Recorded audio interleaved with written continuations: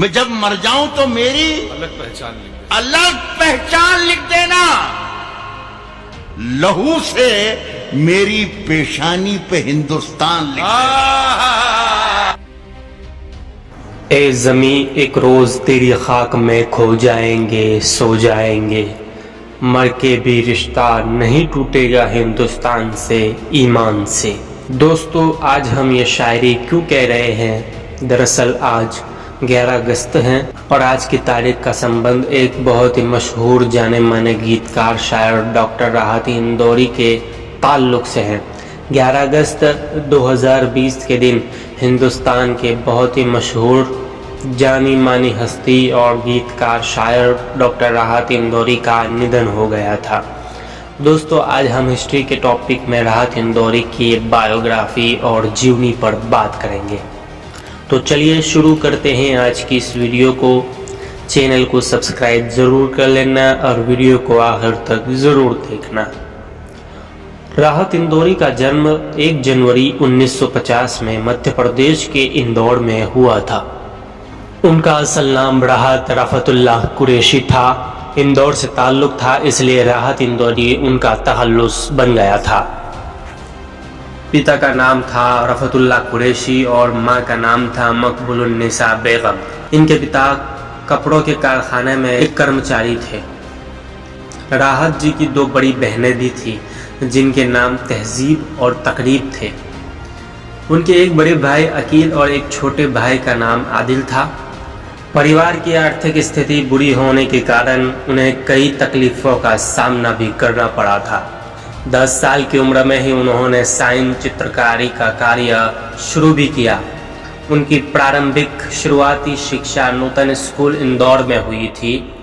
उन्होंने इस्लामिया करीमिया कॉलेज इंदौर से 1973 में अपनी स्नातक की पढ़ाई पूरी की और 1975 में बरकतुल्लाह विश्वविद्यालय भोपाल में उर्दू साहित्य में एमए किया। इसके बाद उन्होंने बरकतुल्लाह विश्वविद्यालय से उर्दू साहित्य में स्नातकोत्तर की पढ़ाई की और उन्होंने 1985 में मध्य प्रदेश के भोज विश्वविद्यालय से उर्दू साहित्य में पीएचडी की शिक्षा पूरी की। उर्दू मुख्य मुशायरा नामक उनकी थीसिस के लिए उन्हें सम्मानित भी किया था। राहत इंदौरी ने अपनी शुरुआती दिनों में इंद्र कुमार कॉलेज इंदौर में उर्दू साहित्य का अध्यापन कार्य शुरू किया। आगे चलकर उन्होंने मुशायरों पर ध्यान दिया। अपनी प्रतिभा के कारण उन्हें यहाँ जल्द ही प्रख्याति मिल गई थी। कुछ ही समय में वो उर्दू साहित्य के प्रसिद्ध शायर बन गए। वे खेल कूद में भी बहुत ही मानते थे। वे स्कूल और कॉलेज स्तर पर फुटबॉल और हॉकी टीम के कप्तान भी रह चुके थे। वह केवल 19 साल के थे जब उन्होंने अपने कॉलेज के दिनों में अपनी पहली शायरी सुनाई थी।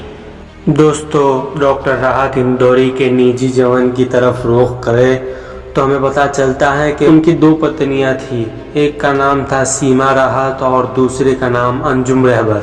दोस्तों, डॉक्टर राहत इंदौरी के 4 बेटे हैं, शिबली, फैसल, सतलज और समीर।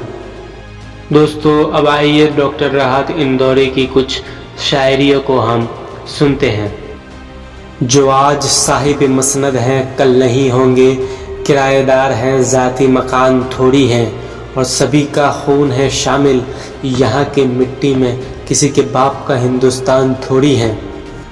तूफानों से आंख मिलाओ, सैलाबों पर वार करो, मल्लाहों का चक्कर छोड़ो, तैर के दरिया पार करो। दोस्तों, कहते हैं हर एक चीज़ को इस संसार से त्यागना पड़ता है, हर एक चीज़ को मरना पड़ता है। 10 अगस्त 2020 को डॉक्टर राहत इंदौरी कोरोना वायरस के लिए पॉजिटिव पाए गए और उन्हें मध्य प्रदेश के इंदौर के अरबिंदो अस्पताल में भर्ती कराया गया था, जहां 11 अगस्त 2020 को यानी आज ही के दिन उनका निधन हो गया था। डॉक्टर राहत इंदौरी के निधन से उर्दू साहित्य का नुकसान हुआ है और जनता के एक मशहूर शायर इस दुनिया को अलविदा कह गए। दोस्तों, राहत साहब की कुछ मशहूर शायरी और गज़लें हम देखते हैं जो उनको और भी मशहूर बनाती हैं।